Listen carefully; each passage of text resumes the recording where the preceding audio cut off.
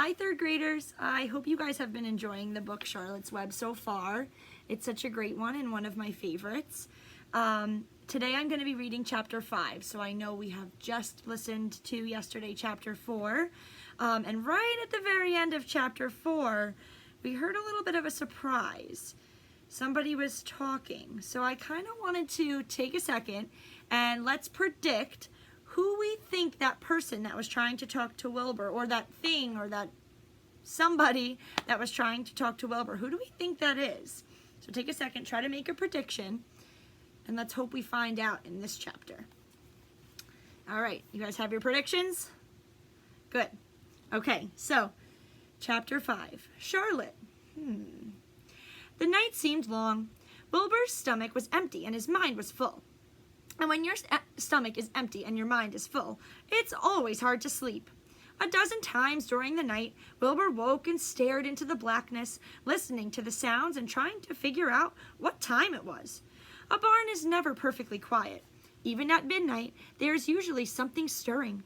The first time he woke, he heard Templeton gnawing out a hole in the grain bin. Templeton's teeth scraped loudly against the wood and made quite a racket. That crazy rat, thought Wilbur. Why does he have to stay up all night grinding his clashers and destroying people's property? Why can't he go to sleep like any decent animal? The second time Wilbur woke, he heard the goose turning on her nest and chuckling to herself.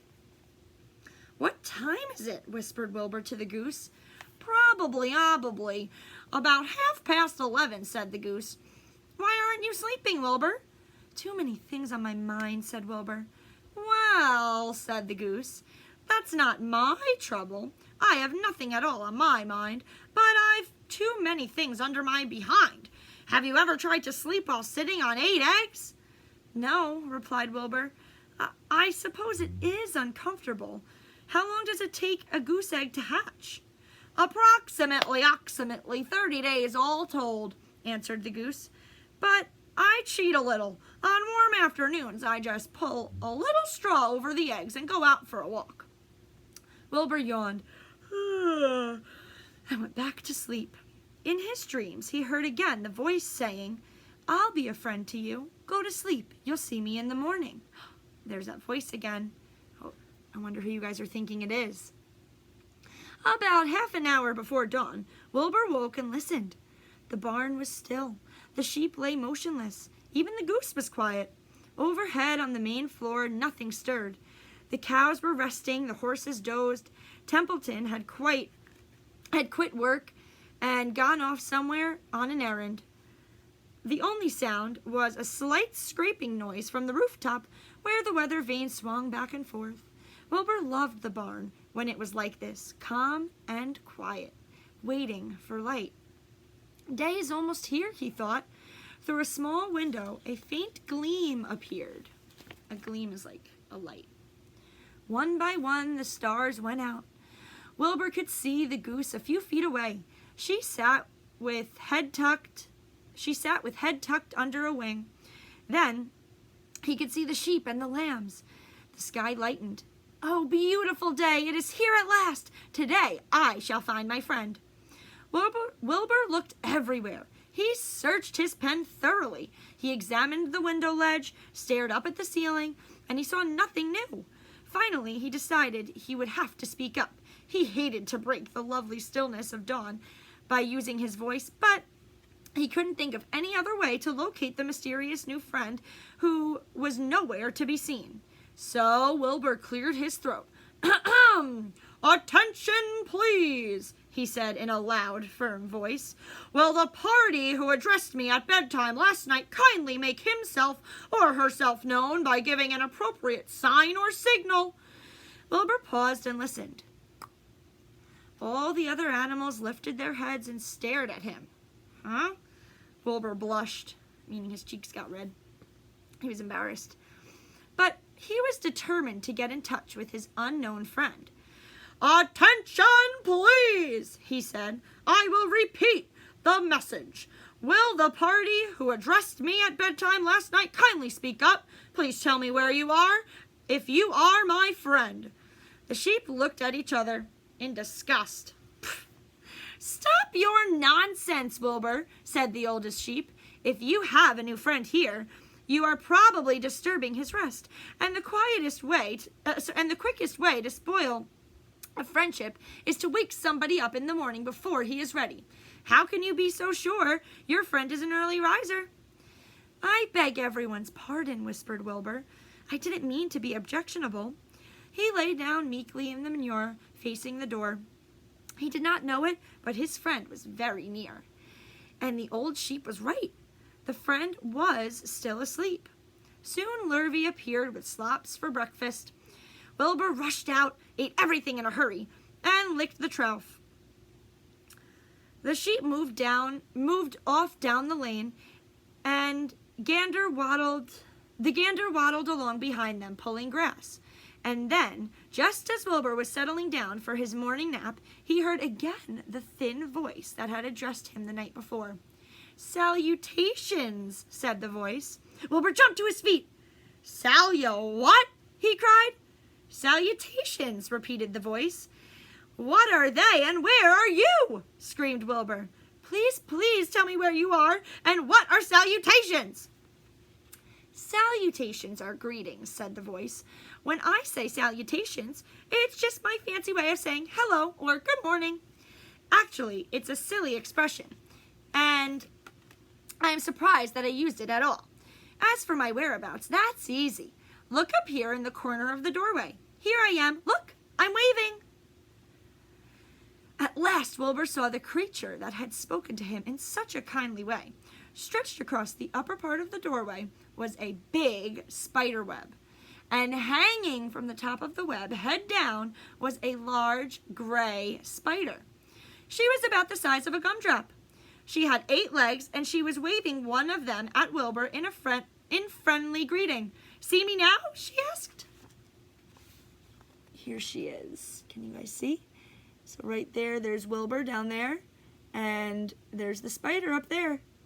Who are we thinking that spider is, guys? Is our prediction coming true? "See me now?" she asked. "Oh, yes, indeed," said Wilbur. "Yes, indeed. How are you? Good morning. Salutations. Very pleased to meet you. What's your name, please? May I have your name?" "Whew. My name," said the spider, "is Charlotte." Were you guys right?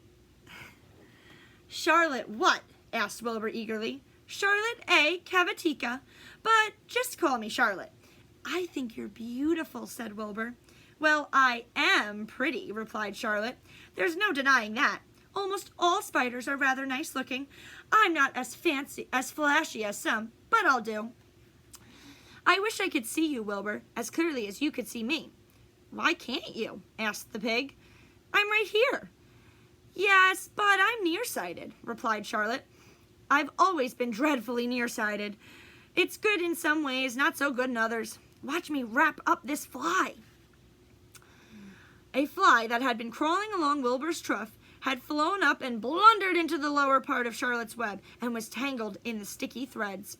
The fly was beating its wings furiously, trying to break loose and free itself. "First," said Charlotte, "I dive at him." She plunged headfirst toward the fly. As she dropped, a tiny silken thread unwound from her rear end. "Next, I wrap him up." She grabbed the fly, threw a few jets of silk around it, and rolled it over and over, wrapping it so that it couldn't move. Wilbur watched in horror. There's the fly, and there's Charlotte wrapping him up. He could hardly believe what he was seeing, and although he detests flies, he was sorry for this one. "There," said Charlotte. "Now I knock him out so he'll be more comfortable." She bit the fly. "He can't feel a thing now," she remarked. "He'll make a perfect breakfast for me." "You mean you eat flies?" gasped Wilbur. "Certainly. Flies, bugs, grasshoppers, choice beetles, moths, butterflies, tasty cockroaches, gnats, midges, daddy longlegs, centipedes, mosquitoes, crickets. Anything that is careless enough to get caught in my web. I have to live, don't I?" "Why, yes, of course," said Wilbur. "Do they taste good?" Delicious, of course. I don't really eat them. I drink them. Drink their blood." "I love blood," said Charlotte. and her pleasant, thin voice grew even thinner and more pleasant. "Don't say that," groaned Wilbur. "Please don't say things like that." "Why not? It's true, and I have to say what is true. I am not entirely happy about my diet of flies and bugs, but it's the way I'm made. A spider has to pick up a living somehow or other, and I happen to be a trapper. I just naturally build a web and trap flies and other insects. My mother was a trapper before me, her mother was a trapper before her. All of our family have been trappers. Way back for thousands and thousands of years, we spiders have been laying for flies and bugs." "It's a miserable inheritance," said Wilbur gloomily. He was sad because his new friend was so bloodthirsty. "Yes, it is," agreed Charlotte, "but I can't help it. I don't know how the first spider in the early days of the world happened to think up this fancy idea of spinning a web, but she did, and it was clever of her too. And since then, all of us spiders have had to work the same trick. It's not a bad pitch on the whole." "It's cruel," replied Wilbur, who did not intend to be argued out of his position. "Well, you can't talk," said Charlotte. "You have your meals brought to you in a pail. Nobody feeds me. I have to get my own living. I live by my wits. I have to be sharp and clever, lest I go hungry. I have to think things out, catch what I can, take what comes. And it just so happens, my friend, that what comes is flies and insects and bugs." "And furthermore," said Charlotte, shaking one of her legs, "do you realize that if I don't catch bugs and eat them, bugs would increase and multiply and get so numerous that they'd destroy the earth, wiping out everything?" Ooh, this is a really good connection to our wolves unit. So, you know, if the spiders didn't eat the bugs, then there would be too many bugs, and then it would destroy the earth. That's what she's saying. So that's why they have to eat those bugs. "Really?" said Wilbur. "I wouldn't want that to happen. Perhaps your web is a good thing after all." The goose had been listening to this conversation and chuckled to herself. "There are lots of things Wilbur doesn't know about life," she thought. "He's really a very innocent little pig. He doesn't even know what's going to happen to him around Christmas time. He has no idea that Mr. Zuckerman and Lurvy are plotting to kill him." And the goose raised herself a bit and poked her eggs a little further under her, so that they would receive the full heat from her warm body and soft feathers. Charlotte stood quietly over the fly, preparing to eat it. Wilbur lay down and closed his eyes. He was tired from his wakeful night and from the excitement of meeting someone for the first time. A breeze brought him the smell of clover, the sweet-smelling world beyond his fence. "Well," he thought, "I've got a new friend all right, but what a gamble friendship is. Charlotte is fierce, brutal, bloodthirsty, everything I don't like. How can I learn to like her, even though she is pretty and, of course, clever?" Wilbur was merely suffering the doubts and fears that often go with finding a new friend. In good time, he was to discover that he was mistaken about Charlotte. Underneath her rather bold and cruel exterior, she had a kind heart, and she was to prove loyal and true to the very end. That was the end of chapter 5. That was labeled Charlotte. That was titled Charlotte. All right, I hope you guys liked that chapter, and I hope your predictions came true. So if anybody thought that the friend was going to be Charlotte and that Charlotte was going to be a spider, you were right. So I can't wait to hear chapter 6, and I can't wait to continue reading the book. All right, guys, I'll see you soon. Miss you so much. Bye.